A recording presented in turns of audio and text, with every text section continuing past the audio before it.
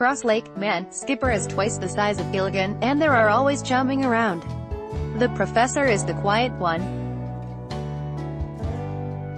An animal rescue worker says 7 puppies found on an island in northern Manitoba are quite happy after being brought to the community of Cross Lake.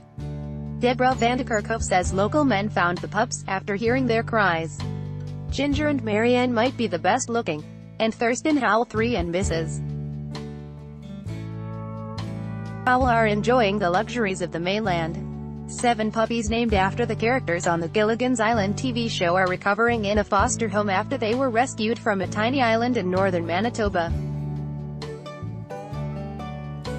Article continued below. Deborah Vandekerkhoff with Norway House Animal Rescue said a man who lives near the shore in the remote community of Cross Lake was outside with a friend Sunday night when they heard some animals crying. They took their binoculars and they're looking and they can see some small, dark movements. And they thought, oh, must be some wolves on one of the islands fighting. Vandekerkhoff said, the next morning, same thing. They heard it again. The men went to investigate and after a quick boat ride came across some bounding bundles of fur on a rocky spit. As they got closer, they realized there were 7 abandoned, 3.5-month-old puppies on the island starving to death, said Vandekerkhoff. Gilligan, Skipper, Ginger, the professor, Marianne, Thurston Howell 3 and Mrs.